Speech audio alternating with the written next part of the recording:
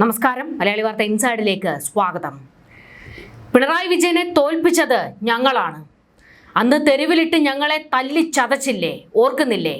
ഇന്ന് പിണറായി തെരുവിലേക്ക് ഇറങ്ങേണ്ടി വന്നില്ലേ? വാടക വീട് തപ്പി നടക്കേണ്ടി വന്നില്ലേ?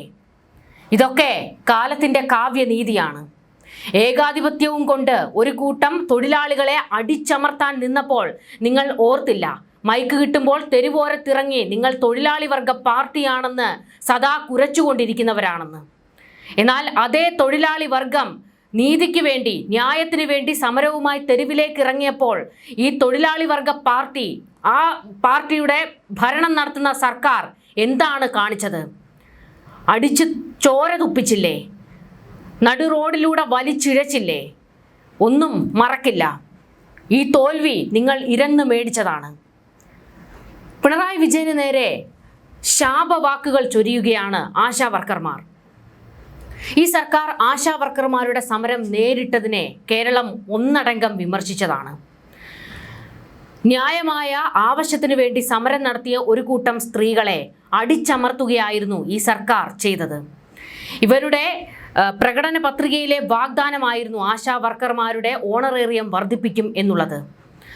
ആ ആവശ്യവുമായി സമരം നടത്തി സെക്രട്ടേറിയറ്റിലേക്ക് ഇരച്ചെത്തി. സെക്രട്ടേറിയറ്റ് സമര വേലിയേറ്റമായിരുന്നു പിന്നീട് കണ്ടത്. എന്നാൽ അവരെ എങ്ങനെയായിരുന്നു സർക്കാർ നേരിട്ടത്? തൊഴിലാളി വർഗ പാർട്ടി എന്ന് നാഴികയ്ക്ക് 40 വട്ടം പറയുന്ന ഈ പാർട്ടിയുടെ സർക്കാർ എന്താണ് അവരോട് കാണിച്ചത്? നീതികേടായിരുന്നില്ലേ? അവരുടെ സമരത്തെ അട്ടിമറിക്കാൻ, അവരെ അടിച്ചിറക്കാനല്ലേ ശ്രമിച്ചത്? എത്രയോ സ്ത്രീകളായിരുന്നു അവിടെ സമരം നടത്തിയത്.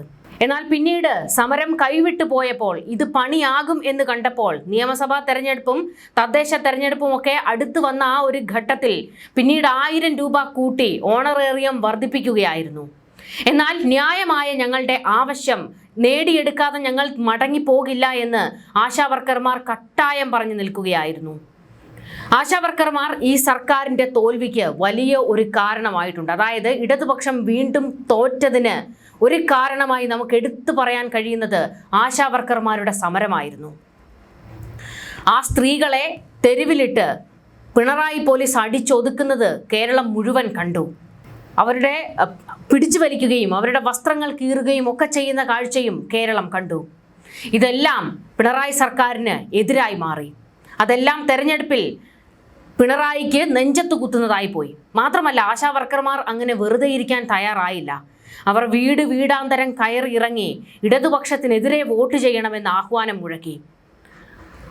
അത്തരത്തിൽ ആശാ വർക്കർമാർ ഈ സർക്കാരിനെതിരെ, പിണറായിക്കെതിരെ വലിയ വിമർശനം ചൊരിഞ്ഞ് രംഗത്തുണ്ടായിരുന്നു.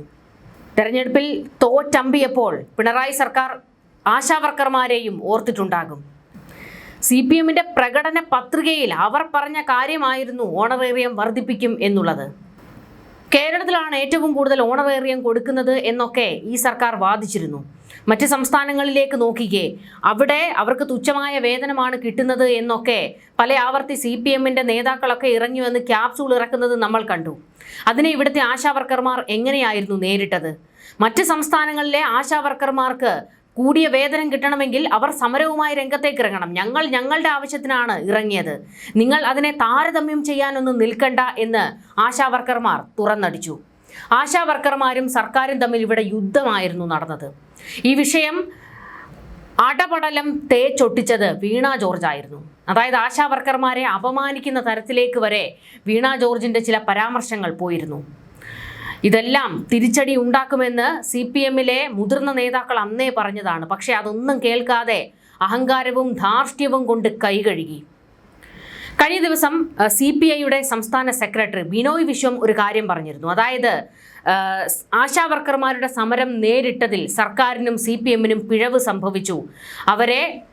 അവരെ കാണണമായിരുന്നു, അവരുടെ സമരവും കാണണമായിരുന്നു എന്നായിരുന്നു ബിനോയ് വിശ്വം പറഞ്ഞത്. ബിനോയ് വിശ്വത്തിന് കരണത്തടിക്കുന്ന മറുപടിയായിരുന്നു ആശാ വർക്കർമാർ കൊടുത്തത്. കാരണം നിങ്ങൾ അധികാരത്തിലിരുന്നപ്പോൾ എന്തുകൊണ്ട് ഞങ്ങൾക്ക് വേണ്ടി സംസാരിച്ചില്ല എന്ന് CPI-ക്ക് നേരെയും ബിനോയ് വിശ്വത്തിന് നേരെയും ആശാ വർക്കർമാർ ചോദ്യം ഉന്നയിച്ചിരുന്നു. ന്യായമായ കാര്യമാണ് അവർ പറഞ്ഞത്. കാരണം അധികാരം ഉണ്ടായിരുന്നപ്പോൾ നിങ്ങൾ ശബ്ദിച്ചില്ല, അപ്പോൾ നിങ്ങൾ പഞ്ചപുച്ഛം അടക്കി നിന്നു. ഈ ബിനോയ് വിശ്വത്തെ നേരിട്ട് കണ്ട് തങ്ങൾക്ക് പിന്തുണ നൽകണമെന്ന് ആശാവർക്കർമാർ ആവശ്യപ്പെട്ടതായിരുന്നു. എന്നാൽ അന്ന് കൈമലർത്തിയ ബിനോയ് വിശ്വമാണ് ഇന്നിപ്പോൾ തോറ്റു തൊപ്പിയിട്ടപ്പോൾ ഞങ്ങൾ സർക്കാരിനോടും CPM-നോടും പറഞ്ഞിരുന്നു ആശാവർക്കർമാരുടെ കാര്യം എന്നൊക്കെ തള്ളിമറിച്ച് രംഗത്തേക്ക് വന്നത്. അതിന് കൃത്യം പോലെ ബിനോയ് വിശ്വത്തിന് കിട്ടിയല്ലോ. നിങ്ങൾ അധികാരത്തിലിരുന്നപ്പോൾ എന്തുകൊണ്ട് ശബ്ദിച്ചില്ല? അത് ഏറ്റവും പ്രസക്തമായ ചോദ്യമാണ്. ഇപ്പോൾ പിണറായി വിജയൻ തിരുവനന്തപുരത്ത് തന്നെ ഒരു വാടക വീട്ടിലേക്ക് മാറിയിരിക്കുകയാണ്. ആ വാർത്ത ഉൾപ്പെടെ പുറത്തേക്ക് വരുമ്പോൾ അന്ന് ഞങ്ങളെ തെരുവിലിട്ട് തല്ലിച്ചതച്ചില്ലേ, അതാണ് ഇന്ന് തെരുവിലേക്ക് ഇറങ്ങേണ്ടി വന്നത് എന്ന് ആശാവർക്കർമാർ പച്ചയ്ക്ക് പറയുന്നു. സത്യത്തിൽ ഞങ്ങളുടെ സമരത്തെ അവർ കൈയൊഴിഞ്ഞതായിരുന്നു. പക്ഷെ ആ പരാജയം അത് തെരഞ്ഞെടുപ്പിൽ മാത്രം അവർക്ക് മനസ്സിലാവുന്ന കാര്യമാണ്. തെരഞ്ഞെടുപ്പുകളാണ് ഈ പാർട്ടികളെ വിജയപരാജയങ്ങളെ അനലൈസ് ചെയ്യാനായിട്ട് പ്രേരിപ്പിക്കുന്നത്. ഞങ്ങൾ 266 ദിവസം സമരം ചെയ്തു. ആവശ്യപ്പെട്ടത് മിനിമം കൂലിയാണ്, ജീവിച്ചു പോകാനുള്ള മിനിമം കൂലിയാണ്.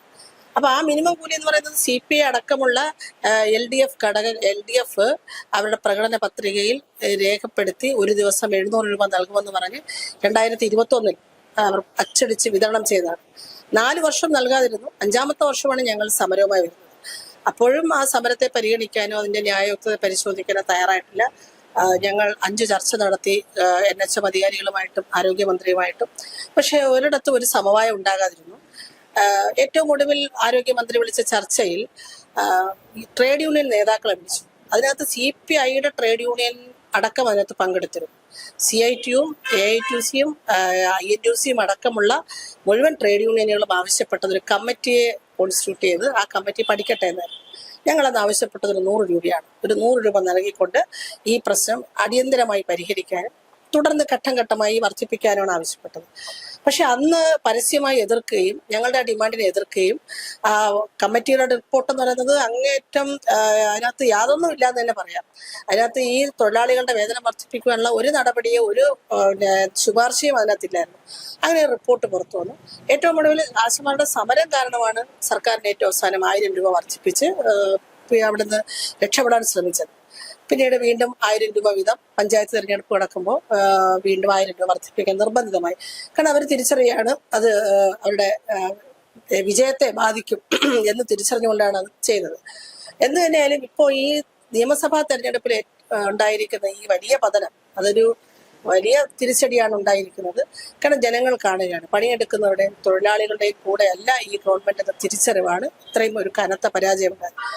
അപ്പോൾ വന്നിട്ട് ഞങ്ങൾക്കിതായിരുന്നില്ല അഭിപ്രായം എന്ന് പറയുന്നത് ശരിയല്ല. ഇന്ന് ഞങ്ങൾ ശ്രീ ബിനോയ് വിശ്വത്തെ നേരിട്ട് കാണാൻ പോയിരുന്നു. മുഖ്യമന്ത്രിയായിട്ടൊരു ചർച്ചയ്ക്ക് അവസരം നൽകണമെന്ന് ആവശ്യപ്പെട്ടു. കാരണം അതിശക്തമായ മഴയത്തും കാറ്റത്തും സ്ത്രീകൾ ഇങ്ങനെ തെരുവിലിരിക്കുമ്പോൾ ഇനി സമരത്തിന്റെ വഴിക്ക് പോട്ടെ എന്ന് പറഞ്ഞ മുഖ്യമന്ത്രി അത് ശരിയല്ല, ഞങ്ങൾക്ക് അദ്ദേഹത്തെ നേരിട്ട് കാണണമെന്ന് ആവശ്യപ്പെട്ടു. ഞങ്ങളെപ്പോലെ നിസ്സഹായരായിരുന്നു ശ്രീ ബിനോയ് വിശ്വം സാർ വന്ന് പ്രതികരിച്ചത്. അപ്പം ഞങ്ങൾ പറഞ്ഞു അങ്ങനെയാണെങ്കിൽ ഒരു 100 രൂപ വർദ്ധിപ്പിക്കാനുള്ള ഒരു നടപടി ഉണ്ടാകും. അതും യാതൊരു തരത്തിലും പറയുവാനോ നടപ്പിലാക്കുവാനുള്ള ഒരു സാഹചര്യം ഇല്ല എന്ന് ഞങ്ങളോട് പറഞ്ഞു. അങ്ങനെ പറഞ്ഞു വിട്ടിട്ട് ഇപ്പോൾ വന്ന് അതൊരു പരാജയ കാരണമാണെന്ന് പറയുന്നതിനകത്ത് അർത്ഥമില്ല. അത് പരാജയ കാരണം തന്നെയാണ്. പക്ഷെ അതിപ്പോഴല്ല പറയേണ്ടിയിരുന്നത്. പരാജയപ്പെട്ടതിന് ശേഷമോ അല്ലെങ്കിൽ തിരിച്ചടി നേരിട്ടതിന് ശേഷമല്ല, തൊഴിലാളികളുടെയും സാധാരണക്കാരുടെയും ഉള്ള വിഷയങ്ങൾ അത് ഏത് മനുഷ്യന്റെ ആണെങ്കിലും അത് അപ്പോഴപ്പോൾ പരിഹരിക്കണം. ഞങ്ങൾ സമരം ചെയ്യുമ്പോൾ നിരവധി ആളുകൾ ഇതുപോലുള്ള സമരങ്ങളുമായി വന്നു. ഇവിടെ റാങ്ക് ഹോൾഡേഴ്സ്, WCPയുടെ റാങ്ക് ഹോൾഡേഴ്സ് പെൺകുട്ടികളുടെ സമരത്തിന് വന്നു. അവരോട് എന്താ പറഞ്ഞത്? നിങ്ങൾ പോയി ആത്മഹത്യ ചെയ്താലും ഞങ്ങൾ ഈ റാങ്ക് ലിസ്റ്റിന്റെ കാലാവധി നീട്ടില്ലായിരുന്നു. അംഗൻവാടിക്കാർ സമരം ചെയ്തു, പാചക തൊഴിലാളികൾ സമരം ചെയ്തു, KSRTC പെൻഷൻകാർ സമരം ചെയ്തു. ആരുടെ പ്രശ്നമാണ് പരിഹരിച്ചിട്ടുള്ളത്? ഒരാളുടെ പ്രശ്നം പരിഹരിക്കാൻ ഇവരാരും മുതിർന്നിട്ടില്ല. അപ്പൊ 21 പ്രകടന പത്രികയിൽ ഒന്നിച്ചിരുന്ന് LDF എന്ന് പറയുന്ന ആ മുന്നണി ഉണ്ടാക്കിയ ആ അഭിപ്രായം, ആ വാഗ്ദാനം അത് പാലിക്കാതിരുന്നിട്ട് തൊഴിലാളികൾ പ്രക്ഷോഭം വരുമ്പോൾ അതിന് മുഖം തിരിഞ്ഞു നിന്നിട്ട് ഇപ്പൊ വന്ന് ഞങ്ങൾക്ക് വ്യത്യസ്തമായ അഭിപ്രായം ഉണ്ടായിരുന്നു എന്ന നിലയിൽ പറയുന്നത് ധാർമ്മികമായി ശരിയില്ലെന്നാണ് ഞങ്ങളുടെ അഭിപ്രായം. ഇപ്പോ ഇങ്ങനെ ഒരു തിരിച്ചറിവുണ്ടായതിന്റെ ഉദ്ദേശശുദ്ധിയിൽ വല്ല സംശയമുണ്ടോ? അല്ല, അതിനെക്കുറിച്ച് പറയുന്നില്ല. കാരണം എന്തുകൊണ്ടാണെന്നുള്ളത് അവർ തന്നെയാണ് പുറത്തു പറയേണ്ടത്. കാരണം തിരഞ്ഞെടുപ്പിൽ തോറ്റ് ഏതാനും ദിവസങ്ങൾ കഴിയുമ്പോൾ ആശാ തൊഴിലാളികളെ ഈ രീതിയിൽ കൈകാര്യം ചെയ്ത് ശരിയല്ല എന്ന് പറയുന്നത് തീർച്ചയായിട്ടും സംശയിക്കേണ്ടിയിരിക്കുന്നു. മറ്റൊന്ന്, ഞങ്ങൾക്കെതിരെ അധിക്ഷേപവും ആക്ഷേപവും പറയുന്നുണ്ട്, അശ്ലീലം പറയുന്നുണ്ട്. CPMന്റെ മുതിർന്ന നേതാക്കൾ, CITUവിന്റെ അഖിലേന്ത്യാ നേതാക്കൾ അടക്കമുള്ള ആളുകൾ ചെയ്തപ്പോൾ ഒരക്ഷരമെങ്കിലും ഉരിയാടിക്കൊണ്ട് ഇത് ശരിയല്ല എന്ന് പറഞ്ഞു. അത് അവരുടെ ഉള്ളിൽ പറഞ്ഞു എന്നുള്ളതല്ല, അത് പൊതുസമൂഹത്തിന്റെ മുന്നിൽ പറയണം. ഈ CPM-ന്റെ നേതാക്കൾ പറയുന്നത് ശരിയല്ല എന്ന് പറയാൻ അദ്ദേഹം ആർജവം കാണിക്കണം. ഞങ്ങൾ പ്രതീക്ഷിച്ചു, സത്യത്തിൽ ഞങ്ങൾ ശരിക്കും പ്രതീക്ഷിച്ചു അവരുടെ ഭാഗത്തുനിന്നുണ്ടാകും. പക്ഷെ ഒരു നടപടിയോ ഒരു പരാമർശവും അത്തരത്തിലുണ്ടായില്ല. അതുകൊണ്ട് അതിനൊരു പൊള്ളയായ കാര്യമായിട്ടേ കാണുന്നു. ഈ പറയുന്നത് പോലെ നിങ്ങളിൽ പലരും കമ്മ്യൂണിസ്റ്റുകാരായിരുന്നു എന്നുള്ളൊരു സത്യം കൂടെ ഉണ്ട്. തൊഴിലാളി പ്രസ്ഥാനമായിരുന്ന ഒരു ഭരണകൂടം ഇങ്ങനെ എതിർക്കുമെന്ന് പ്രതീക്ഷിച്ചിരുന്നില്ലല്ലോ. അപ്പോ ഈ ഒരു ഭരണ പരാജയം എന്ന് പറയുന്നത് അത് ആശമാരെ കൈയൊഴിഞ്ഞത് കൊണ്ടാണെന്ന് പൂർണ്ണമായിട്ട് വിശ്വസിക്കുന്നുണ്ടല്ലോ. ഞങ്ങൾക്ക് ഉത്തമ വിശ്വാസവും. കാരണം സ്ത്രീകൾ ഇവിടെ 10 വർഷമായിട്ട് സമരമില്ലാത്തൊരു നാടാണ് കേരളം. സമരങ്ങളെ മുളയിൽ ഇല്ലാതാക്കുകയാണ്. എവിടെയെങ്കിലും ഒരു സമരത്തിന്റെ സാധ്യത കണ്ടാൽ ഉടനെ തന്നെ ഇവരുടെ ആളുകൾ തന്നെ ആ മേഖലയിൽ കടന്നു ചെന്ന് എങ്ങനെ സമരത്തെ ഇല്ലാതാക്കാം എന്നുള്ള പരിശ്രമിച്ചുകൊണ്ടിരിക്കുക. അതുകൊണ്ടാണ് 10 വർഷം സമരമില്ലായിരുന്നത്. നമുക്കറിയാം, സെക്രട്ടേറിയറ്റിന്റെ പരിസരത്ത് ആ പ്രധാന ഗേറ്റ് തന്നെ അടച്ചിരിക്കുകയാണ്. അവിടെ സായുധരായ പോലീസുകാരെ ഈ ഗേറ്റിന് ചുറ്റും വിന്യസിച്ചിരിക്കുകയാണ്. ഒരാൾക്ക് പോലും അകത്തേക്ക് കടക്കാൻ പറ്റില്ല. ഒരാൾക്കൊരു പരാതിയോ നിവേദനമോ കൊടുക്കാൻ പറ്റാത്ത 10 വർഷങ്ങളായിരുന്നു. അപ്പോഴാണ് ഞങ്ങൾ സമരവുമായി വരുന്നത്. അതുകൊണ്ട് ഞങ്ങളുടെ സമരത്തെ തുടക്കത്തിൽ തന്നെ ഇല്ലാതാക്കാനായിട്ട് ധാരാളം പരിശ്രമങ്ങൾ നടത്തിയത്. അതിനെയൊക്കെ അതിജീവിച്ചുകൊണ്ടാണ് വന്നത്. അപ്പൊ ഇത് ജനം കാണുന്നുണ്ട്, ജനത്തിന്റെ മനസ്സിലുണ്ട്, ഈ രോഷമുണ്ട്. സ്ത്രീകളെ വലിച്ചിഴയ്ക്കുന്നതും ജീപ്പ് കയറ്റി കൊല്ലാൻ ശ്രമിക്കുന്നതും സ്ത്രീകളെ ആക്ഷേപിക്കുന്നതും അശ്ലീലം പറയുന്നതും പ്രത്യേകിച്ചും സൈബർ മേഖലയിൽ, ആ സൈബർ ഇടങ്ങളിൽ അതിഭീകരമായ അശ്ലീല പരാമർശങ്ങളായിരുന്നു. ഒരു തരത്തിലുള്ള നടപടി ഉണ്ടായിട്ടില്ല. മറ്റൊന്ന്, ഞങ്ങൾ ചോദിച്ചത് ഏറ്റവും അവസാനം ഒരു സമവായം എന്ന നിലയ്ക്ക് 100 രൂപ, അത് തന്നില്ല. പക്ഷെ പിന്നീട് വരുന്ന കണക്കുകൾ 200 കോടിയിലേറെയാണ് ഗവൺമെന്റ് പരസ്യത്തിന് വേണ്ടി ചെലവഴിച്ചിരിക്കുന്നത്, മറ്റു മേഖലകൾക്ക് പുറമെ. അപ്പൊ ധൂർത്തടിക്കാൻ പണമുണ്ട്. തൊഴിലാളികൾ ന്യായമായ ആവശ്യങ്ങൾ ചോദിച്ചു. ഇത് ഓർക്കണം, ഇതൊരു വേതന വർധനവല്ല, ഇതൊരു മിനിമം വേതനമാണ് ചോദിച്ചത്. അപ്പൊ എന്തെങ്കിലും ഒരു മെച്ചപ്പെട്ട ശമ്പളം തരാനല്ല ആവശ്യപ്പെട്ടത്, ഏറ്റവും മിനിമം പട്ടിണിക്കൂലിയാണ് ചോദിക്കുന്നത്. അതുപോലും കൊടുക്കാൻ ഒരു ഗവൺമെന്റ് തയ്യാറല്ലെന്ന് പറയുമ്പോൾ തീർച്ചയായിട്ടും അത് പരിശോധിക്കേണ്ടതാണ്. ഇപ്പം അതിദാരിദ്ര്യം ഇല്ലാതായെന്ന് പറഞ്ഞു. ഞങ്ങൾ അന്നേ വെല്ലുവിളിച്ചു. ഞങ്ങൾ പറഞ്ഞു, സർക്കാർ വന്നാൽ മതി, ഞങ്ങൾ കാണിച്ചു തരാം. ഞങ്ങളുടെ ആശാവർക്കർമാരിൽ ബഹുഭൂരിപക്ഷം പേരും അതിദരിദ്രരാണ്. വീട്ടിൽ മാതാപിതാക്കൾ രോഗികളും ഭർത്താവ് രോഗബാധിതരായി കിടക്കുന്ന ആളുകളും കുട്ടികൾക്ക് ആരോഗ്യ പ്രശ്നങ്ങളൊക്കെ ഉള്ള ഏക വരുമാനക്കാരാണ്. അവർക്ക് എങ്ങനെയാണ് 6-7 മാസം കൂടുമ്പോൾ ഒരു മാസത്തെ 7000 രൂപ കിട്ടിയാൽ ജീവിക്കാൻ പറ്റുന്നത്? അപ്പൊ അതുകൊണ്ട് അതിദരിദ്രർ ഈ കേരളത്തിൽ ധാരാളം ഉണ്ടെന്നത്. അപ്പൊ ഇതെല്ലാം നമ്മൾ പരസ്പര ബന്ധിതമാണെന്ന് മനസ്സിലാക്കുക, അതാണ് യാഥാർത്ഥ്യം. അതുകൊണ്ട് ജനങ്ങൾ അത് തിരിച്ചറിഞ്ഞു എന്നുള്ളതാണ്. ഇതിലിപ്പോ നമ്മളെ സംബന്ധിച്ച് പ്രധാനമായിട്ട് ഒരാളുടെ തോൽവി, അതായത് ആരോഗ്യമന്ത്രിയായിരുന്ന വീണ ജോർജിന്റെ തോൽവി, അതും കൂടെ പറയേണ്ടതില്ലേ? തീർച്ചയായിട്ടും. കാരണം ആരോഗ്യമന്ത്രി ഒരു വനിതയാണ്, വനിതാ ശിശു വികസന വകുപ്പും കൂടി കൈകാര്യം ചെയ്യുന്ന ആളാണ്. ഞങ്ങൾ ഈ സമരവുമായി വരുമ്പോൾ ആദ്യത്തെ ദിവസം തന്നെ മന്ത്രിയെ പോയി കാണാൻ ശ്രമിച്ചു. രണ്ടാമത്തെ ദിവസം അവരുടെ വസതിയിൽ പോയി കാണാൻ ശ്രമിച്ചു. ഇപ്പോഴൊക്കെ വിവാദം ഉണ്ടാക്കി. കാരണം ഔദ്യോഗിക വസതിയിൽ ആയിരിക്കും വന്നിട്ടില്ല, ആരും അങ്ങനെ പറഞ്ഞിട്ടില്ല എന്ന് പറഞ്ഞു മന്ത്രി കള്ളം പറയാൻ ശ്രമിച്ചു. അത് പത്തനംതിട്ട വീട്ടിലായിരിക്കുമോ എന്നൊക്കെയുള്ളൊരു ഒരു ആളുകളുടെ ഒരു ആശയക്കുഴപ്പം ഉണ്ടാക്കാൻ ശ്രമിച്ചു. പക്ഷെ പിന്നീട് മീറ്റിങ്ങുകൾക്ക് ചെല്ലുമ്പോഴും ചർച്ചയ്ക്ക് വിളിച്ചിട്ട് ഞങ്ങൾ വെച്ചിരിക്കുന്ന ഡിമാൻഡോ സമരത്തെക്കുറിച്ചോ ഒരു അക്ഷരം മിണ്ടില്ല. പകരം നിങ്ങൾ എഴുന്നേറ്റ് പോകണം എന്നാണ് ആവശ്യപ്പെടുന്നത്. അപ്പം സമരം ചെയ്യുന്നവരോട് എഴുന്നേറ്റ് പോകണം എന്ന് പറയാൻ ഒരു മന്ത്രിയുടെ ആവശ്യമുണ്ട്. പിന്നെ മന്ത്രി ഡൽഹിയിലേക്ക് പോകുന്നു, ആശമാരുടെ പ്രശ്നങ്ങൾ ചർച്ച ചെയ്യണമെന്ന് പറയുന്നത്. പക്ഷെ പോകുമ്പോൾ അറിയുന്നത് അതിനല്ല പോയത്, ഹ്യൂമൻ പ്രതിനിധികളുമായിട്ട് കാണുവാനാണെന്ന്. അപ്പൊ ഇങ്ങനെ എല്ലാം ആളുകളെ തെറ്റിദ്ധരിപ്പിക്കുന്ന പ്രസ്താവനകൾ നടത്തിക്കൊണ്ടു. തുടർന്ന് അങ്ങോട്ട് നമ്മൾ കാണും ഓരോ ആശുപത്രിയിൽ ഉണ്ടാകുന്ന ഓരോ വിഷയങ്ങൾ. ഡോക്ടർ ഹാരിസ് ചിറക്കലിനെ പോലുള്ള ആളുകൾ വന്നിട്ട് ഈ ആശുപത്രിയിൽ ഉപകരണങ്ങളില്ല, സാധാരണ മനുഷ്യർക്ക് സർജറി നടത്താൻ ഉപകരണങ്ങളില്ല എന്ന് പറയുമ്പോൾ ആ ഡോക്ടറെ കള്ളനാക്കാൻ ശ്രമിക്കുകയാണ്. അപ്പൊ ഓരോ സംഭവം എടുത്ത് നോക്കിയാൽ, ഇപ്പം വയറ്റിൽ കത്രിക കുടുങ്ങിയ ഹർഷീനെ എന്താ ചെയ്യേണ്ടത്? ഒരു തെറ്റ് പറ്റിയാൽ അത് പരിഹരിക്കാനും അതിന് ഇരയായ ആളെ ചേർത്ത് പിടിക്കാനും ശ്രമിക്കും. ഇവിടെ അതല്ല ചെയ്തത്, അവരെ പരിഹസിക്കുകയാണ്. ഈ കത്രിക ഞങ്ങളുടേതല്ലെന്ന് പറയുകയാണ്. അപ്പോ എന്നിട്ടെന്താണ്, അവർക്കൊരു പരിഹാരം വേണ്ടേ? അപ്പൊ ഇങ്ങനെ ഈ ആരോഗ്യമന്ത്രി കൈകാര്യം ചെയ്ത വകുപ്പുമായി ബന്ധപ്പെട്ടുണ്ടായ മുഴുവൻ വിഷയങ്ങളും നമുക്കെടുത്ത് പരിശോധിച്ചാൽ സമ്പൂർണ്ണ പരാജയമായിരുന്നു. എന്നിട്ട് കള്ളം പറയുക, ധാർഷ്ട്യം കാണിക്കുക, സ്ത്രീകളോട് വെല്ലുവിളിക്കുക, ഇതൊന്നും ശരിയായ കാര്യമല്ല. അതുകൊണ്ട് തന്നെ ഞങ്ങൾ പറഞ്ഞു, ഇനിയും തെരഞ്ഞെടുക്കപ്പെടാൻ യാതൊരു യോഗ്യതയും ഇല്ലാത്തൊരു വ്യക്തിയാണ് ആരോഗ്യമന്ത്രി എന്നുള്ളതുകൊണ്ട് ഞങ്ങൾ ആരോഗ്യമന്ത്രിയുടെ മണ്ഡലത്തിൽ പോയി ഞങ്ങൾ ഞങ്ങൾ പ്രചാരണം നടത്തി ഈ സ്ഥാനാർത്ഥിയെ ജയിപ്പിക്കരുതെന്ന് ആവശ്യപ്പെട്ടു. സംസ്ഥാനം മുഴുവൻ തൊഴിലാളി വിരുദ്ധ, ജനാധിപത്യ വിരുദ്ധ, സ്ത്രീ വിരുദ്ധ നിലപാടെടുത്ത ഈ ഗവൺമെന്റിനെ ഇനിയും അധികാരത്തിലേറ്റരുത് എന്ന് ഞങ്ങൾ പ്രചരണം. ജനം അത് മനസ്സിലാക്കി തിരിച്ചറിഞ്ഞിട്ടാണ് ഈ പുതിയൊരു ഭരണകൂടം വരാൻ പോകുന്നത്. അപ്പോ ആശമാരെ സംബന്ധിച്ച് കോൺഗ്രസുകാർ അധിക പേരും കൂടെ ഉണ്ടായിരുന്നു എന്നുള്ളതാണല്ലോ. അപ്പോ ഈ പുതിയൊരു ഭരണകൂടം വരുമ്പോ എന്താണ് ഒരു പ്രതീക്ഷ?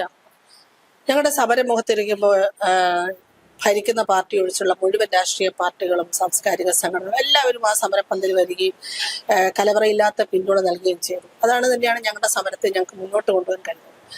അപ്പോൾ UDF അവര് അടുത്ത് വരാനിരിക്കുന്ന ഒരു കക്ഷി കൂടിയാണെന്നുള്ളത് കൊണ്ട് തന്നെ അവർ യോഗം ചേർന്ന് തീരുമാനിച്ചു, അവർ അധികാരത്തിൽ വരികയാണെങ്കിൽ ആശമാരുടെ വേതനം വർദ്ധിപ്പിക്കുമെന്നുള്ള കാര്യം. അത് ഞങ്ങളുടെ സമരപ്പന്തലിൽ വന്ന് അന്നത്തെ UDF കൺവീനറും അത് കഴിഞ്ഞ് പ്രതിപക്ഷ നേതാവും പിന്നീട് രമേശ് ചെന്നിത്തല തുടങ്ങി പിന്നീട് വന്ന മുഴുവൻ നേതാക്കളും പലതവണ അത് ആവർത്തിച്ച് പ്രഖ്യാപിച്ചിട്ടുണ്ട്. അതുകൊണ്ട് ഞങ്ങൾക്ക് സമ്പൂർണ്ണമായ പ്രതീക്ഷയുണ്ട്. കാരണം ഇതൊരു മിനിമം വേതനമാണത്. ഇത് ഒരു വലിയൊരു ലക്ഷങ്ങളുടെ ഒരു വേതന വർധനമല്ല ആവശ്യപ്പെടുന്നത്. ഒരു മിനിമം വേതനം അത് നൽകുമെന്ന് UDF വാഗ്ദാനം ചെയ്തിട്ടുണ്ട്. അവരുടെ പ്രകടന പത്രികയിൽ അത് അച്ചടിച്ചു വെച്ചിട്ടുണ്ട്. അതുകൊണ്ട് ഞങ്ങൾ പ്രതീക്ഷിക്കുകയാണ്. കാരണം അത് തരാതെ ഒരു തൊഴിലാളിക്ക് മിനിമം ജീവിക്കാനുള്ള കൂലി കൊടുക്കാതെ എങ്ങനെയാണ് ഒരു ഗവൺമെന്റിന് മുന്നോട്ട് പോകാൻ പറ്റുക? അതുകൊണ്ട് അത് നൽകും. തീർച്ചയായിട്ടും ഞങ്ങൾക്ക് പ്രതീക്ഷയാണ്. നൽകിയില്ലെങ്കിൽ സ്വാഭാവികമായും അത് തീർച്ചയായിട്ടും